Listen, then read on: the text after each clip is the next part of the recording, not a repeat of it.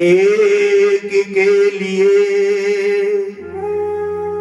दोनों पटरानियां हैं, लेकिन हाय रे विधाता, किस्मत देखिए। जनक जी महाराज ने अपनी पुत्री के लिए सारे ब्रह्मांड का सबसे ऊंचा घराना, सर्वाधिक सक्षम व्यक्ति, उससे बड़ा कोई था ही नहीं। दशरथ जी के घराने से बड़ा कोई घराना नहीं था। राम जी से ज्यादा समर्थ कोई व्यक्ति नहीं था। ऐसे व्यक्ति के साथ जनक जी ने अपनी पुत्री का विवाह किया, राम जी के साथ। लेकिन महाराज जानकी मैया के प्रारब्ध में सारा जीवन वन में भटकना लिखा था, सारा जीवन वन में बिताना लिखा था। तो कितने भी हाथ पैर हम आप पटकें, कुछ भी करें, जो नसीब में लिखा है, जो प्रारब्ध में लिखा है, जिसका प्रारब्ध जैसा जहां से, फल वैसे ही मिलते वहां से। जिसका प्रारब्ध जैसा जहां से,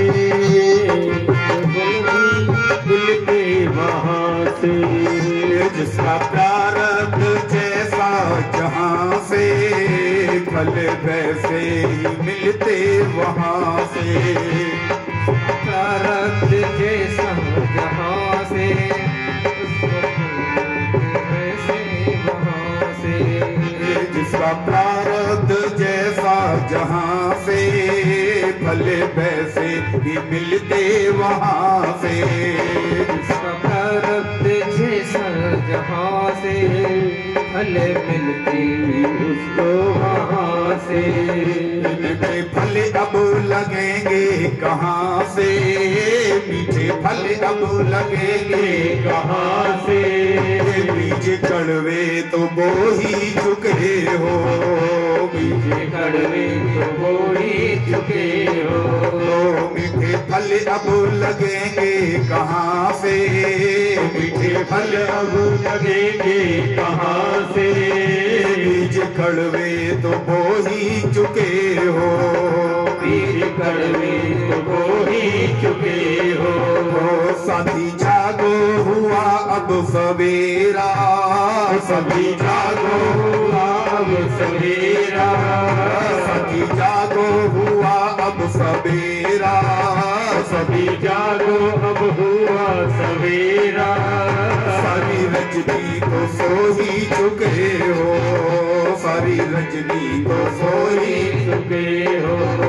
सारी रजनी तो सो ही चुके हो, सारी रजनी तो सो ही चुके हो। जिसका प्रारब्ध जैसा जहां से, हमने जैसा कर्म किया, जैसा भी हमने काम किया, उसी हिसाब से उस प्रारब्ध के फलस्वरूप हमें झेलना पड़ेगा, भुगतना पड़ेगा। जानकी मैया सबसे ऊंचे घराने की बेटी, जनक जी की पुत्री, त्रिकालदर्शी जनक जी, अयोध्या के चक्रवर्ती सम्राट दशरथ जी की पुत्र वधु, सबसे समर्थवान महाराज मर्यादा पुरुषोत्तम प्रभु श्री राम जी की पत्नी, और सारा जीवन वन में बीत गया। कनक भवन मुंह दिखाई में दशरथ जी ने दान किया, कनक भवन सोने का भवन।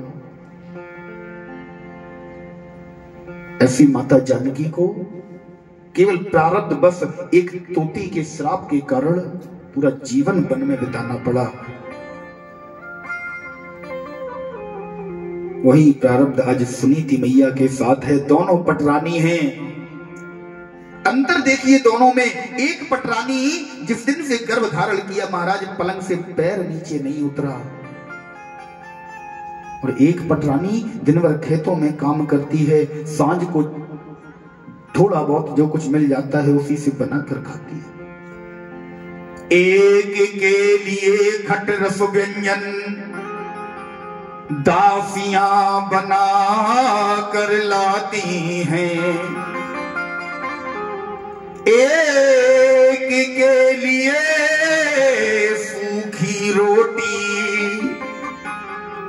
संध्या तक मिलने पाती है। एक पटरानी सांझ तक बड़ी मुश्किल से बेचारी को सूखी रोटी भी नसीब नहीं होती, और एक दिन भर महाराज खटरस व्यंजनों का भोग लगाती है, वो भी दासियां बनाकर बार बार लाती है।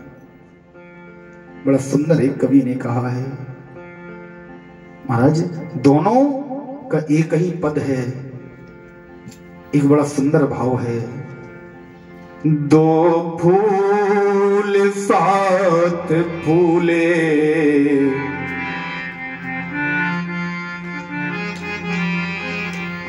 दो फूल साथ फूले, किस्मत जुदा जुदा है। दो फूल साथ फूले और किस्मत जुदा जुदा है। दो फूल साथ फूले और किस्मत जुदा जुदा है। एक का बना है गजरा, एक का बना है गजरा, एक कब्र पे चढ़ा है। एक का बना है गजरा, पे चढ़ा है।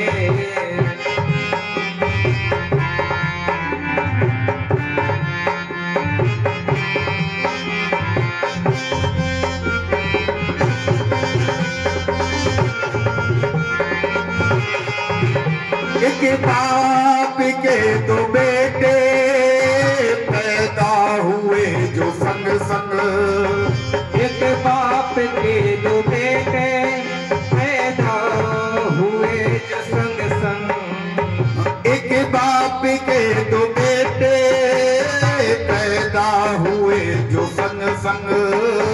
एक बाप के दो बेटे पैदा हुए। एक बाप के दो बेटे दोनों साथ साथ पैदा हुए, साथ में पले बड़े, साथ में स्कूल गए, साथ में खाते हैं, साथ में पीते हैं। लेकिन प्रारब्ध का इतना बड़ा खेल कि एक बादशाह बना है, एक भीख मांगता है। एक बादशाह बना है, भीख मांगता है। एक बादशाह बना है, एक भीख मांगता है। एक बादशाह बना है, भीख मांगता है। दो फूल साथ फूले, किस्मत जुदा जुदा है। फूल साथ फूले, किस्मत जुदा जुदा है।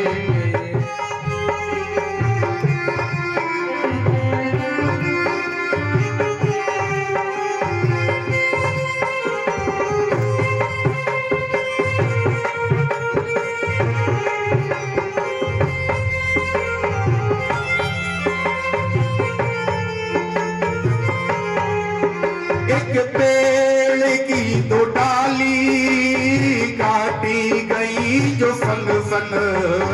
एक पेड़ के दो डाले काटे गई जो संग संग।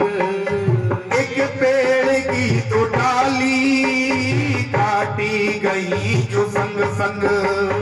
एक पेड़ की दो डाले काटे गई जो संग संग। एक पेड़ से दो डालियां काटी गई, दोनों का प्रारब्ध कैसा रहा महाराज? एक जल रही चिता में, एक जल रही चिता में, एक का मकान बना है। एक जल रही चिता में, एक जल रही चिता में, एक का मकान बना है। एक जल रही चिता में, एक जल रही चिता में, एक का मकान बना है। एक जल रही चिता में, एक का मकान बना है। दो फूल साथ फूले, किस्मत जुदा जुदा साथ फूले किस्मत जुदा जुदा है, दो फूल साथ फूले किस्मत जुदा जुदा है। प्रारब्ध का कोई भरोसा नहीं महाराज। एक बाप के दो बेटे साथ साथ रहे, साथ साथ पढ़े, लेकिन प्रारब्ध ऐसा कि एक राजा बना बैठा है, एक का राजयोग है और एक बेचारा दर बदर भीख मांग रहा है। ये दोनों पटरानियां हैं। एक का प्रारब्ध देखिए महाराज, दासियां हाथों हाथ जिसकी सेवा कर रही हैं, और एक रानी खेतों पर रहती है, दिन भर मजदूरी करती है, तब जाकर कहीं शाम तक भोजन प्राप्त होता है। उचित समय के आने पर दोनों रानियों ने एक एक पुत्र को जन्म दिया। सुनीति मैया का जो पुत्र है इसका नाम है ध्रुव, और सुरुचि मैया का पुत्र है इसका नाम है उत्तम। महाराज ध्रुव जी महाराज जिस समय छोटे थे, उत्तानपाद जी ध्रुव जी महाराज को अपने महल में ले आया करते थे। एक दिन उत्तानपाद जी अपनी राजसभा में बैठे, एक जांग पर गोद में सुरुचि के पुत्र छोटी रानी के पुत्र उत्तम को बिठाए हैं, और दूसरी तरफ गोद में बड़ी रानी के पुत्र अर्थात ध्रुव जी को बिठाए हुए हैं। उसी समय सुरुचि का आगमन हुआ। सुरुचि ने जैसे ही देखा उत्तानपाद जी दोनों पुत्रों पर बराबर प्यार कर रहे हैं, बराबर दुलार कर रहे हैं, तुरंत दौड़कर आई, ध्रुव को पकड़ा और गोद से उठाकर नीचे पटक दिया। गोद से उठाकर जैसे ही नीचे पटका, ध्रुव जी ने हाथ जोड़कर रोते हुए कहा, मैया मैंने कोई गलती कर दी क्या? बोले ध्रुव तूने सबसे बड़ी गलती कर दी। अगर तू उत्तानपाद जी की गोद में बैठना चाहता है, अगर तू अपने पिता की गोद में बैठना चाहता है, तो तुझे सुनीति के गर्भ से जन्म नहीं लेना चाहिए था। गर्भे त्वं साधयात्मानम्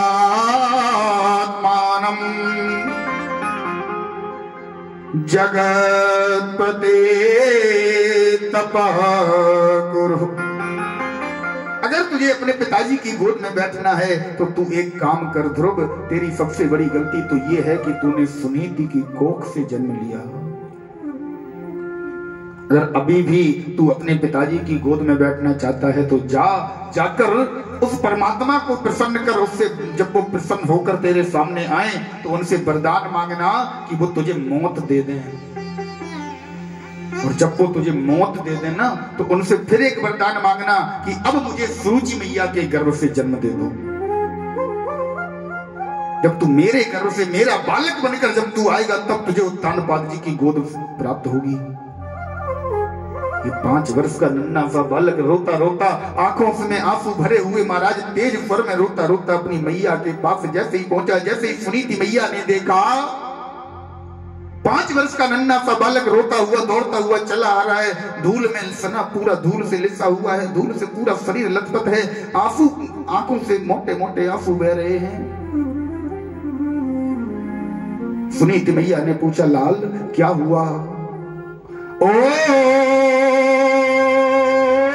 अभागिन के पूत किसी की आंखों में खटका है,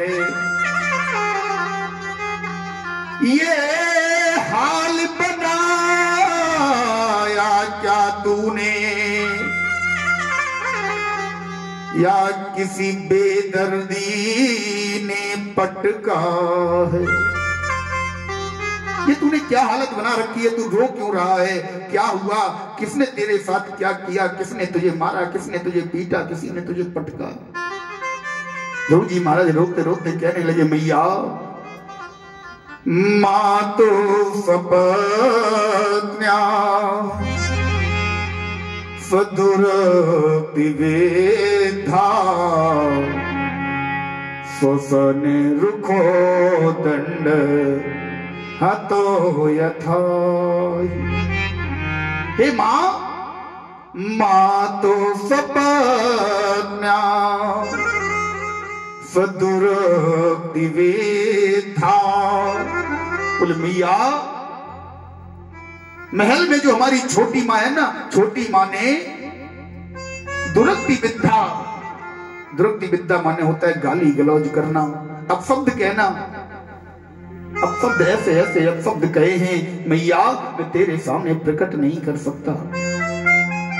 उसने मुझे, मेरे साथ तुझे भी ऐसे ऐसे उसने शब्द कहे मैया। उसने तेरी कोख को, तेरे गर्भ को उसने अभागा बताया। बोले तूने अभागिन के गर्भ से जन्म लिया। मैया,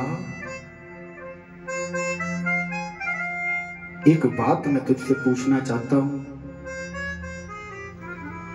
5 वर्ष के बालक को रोता हुआ देखकर सुनीति मैया का हृदय व्याकुल हो उठा।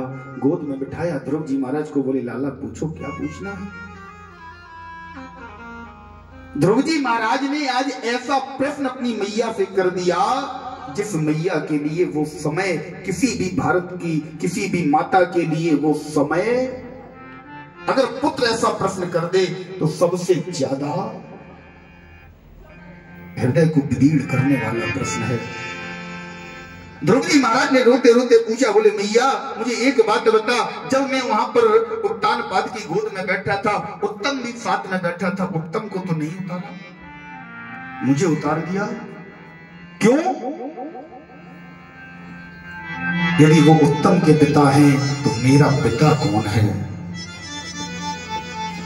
जैसे मैया से ये पूछा, आज मैया का कलेजा मानो फट गया हो। एक 5 वर्ष का छोटा सा नन्हा सा बालक पूछ रहा है मैया, मेरा पिता कौन है? मैया को कोई उत्तर नहीं आया। मैया ने रोते हुए कहा, ध्रुव बेटा, इस संसार में जो तुम्हारा पिता है ना, ये पिता केवल एक नाटक मंच का कलाकार है। ये संसार केवल एक अभिनय का मंच है। जिस प्रकार अभिनय होता है ना इस संसार में, जिस प्रकार रामलीला वगैरह आदि जो होती है ना, वहां पर कोई राम होता है, कोई सीता होता है, कोई रावण बनता है, कोई हनुमान बनता है, सबको एक एक बात रात भर के लिए मिलता है, अपना अपना मंचन करके सब चले जाते हैं। उसी प्रकार ये जगत, ये संसार, ये माया रूपी संसार, भौतिक संसार केवल एक रामलीला का मंच है, एक अभिनय मंच है। जो बात हमें दिया गया है उस बात को हम निभाने आए हैं। तुम पिता की बात कर रहे हो तो बेटा सुनो, तुम्हारा पिता कौन है? इस संसार में, इस अभिनय में, इस बार के जन्म में बेटा माता हूं मैं और वो राजा पिता, बेसु नाटक के केवल कलाकार हैं। उस परमात्मा ने हमें यहाँ पर, तुम्हें मेरा पुत्र बनाकर भेजा, मुझे तेरी माता बनाकर भेजा, उस राजा को तुम्हारा पिता बनाकर भेजा, केवल इस बार मंचन करने के लिए। अगले जन्म में क्या पता उसी राजा को तुम्हारा पुत्र बनाकर भेज दे, तुम उसके पिता बन जाओ, कोई पता नहीं। बेटा माता मैं और राजा पिता, बेसु नाटक के केवल कलाकार हैं। केवल नाटक के में यहाँ पर कलाकारी करने आए हैं। जैसे ही हमारा पात्र खत्म होगा, जैसे ही हमारा नाटक, हमारा मंचन पूरा हो जाएगा, हमारा परमात्मा, हमारा परम पिता हमें अपने पास बुला लेगा। है विश्व उत्पत्ति करता वही सबके जीवन का आधार है। सबके जीवन का आधार वही है। और मेरे लाल, मेरे पुत्र, अगर तू अपने पिता की गोद पाना चाहता है ना, उन्हीं की शरण में हो जाओ विमल, यही सबके जीवन का सद्भार है। इन सांसारिक माता पिताओं के चक्कर में, सांसारिक रिश्तों के चक्कर से ऊपर उठकर तुम्हें उस परम पिता की गोद प्राप्त कर लो मेरे लाल। उससे बड़ा वो सबका पिता है। तुम यहाँ अपने इस सांसारिक पिता के लिए रो रहे हो, वो सबका पिता है। 5 वर्ष का छोटा सा नन्हा सा बालक माता की बात पर इतना विश्वास हो गया, इतना विश्वास हो गया, इतना विश्वास हो गया। अच्छा, ध्रुव किसे कहते हैं जानते हैं आप लोग? ध्रुव अटल विश्वास सहितम यश सा ध्रुवा। बोले महाराज, जिसके मन में हृदय में अटल विश्वास हो, अटल विश्वास अगर आपके मन में है तो महाराज, आज ध्रुव जी महाराज अटल विश्वास के साथ रास्ते में जा रहे हैं। मन में विश्वास है कि मैं परमात्मा को पाके रहूंगा।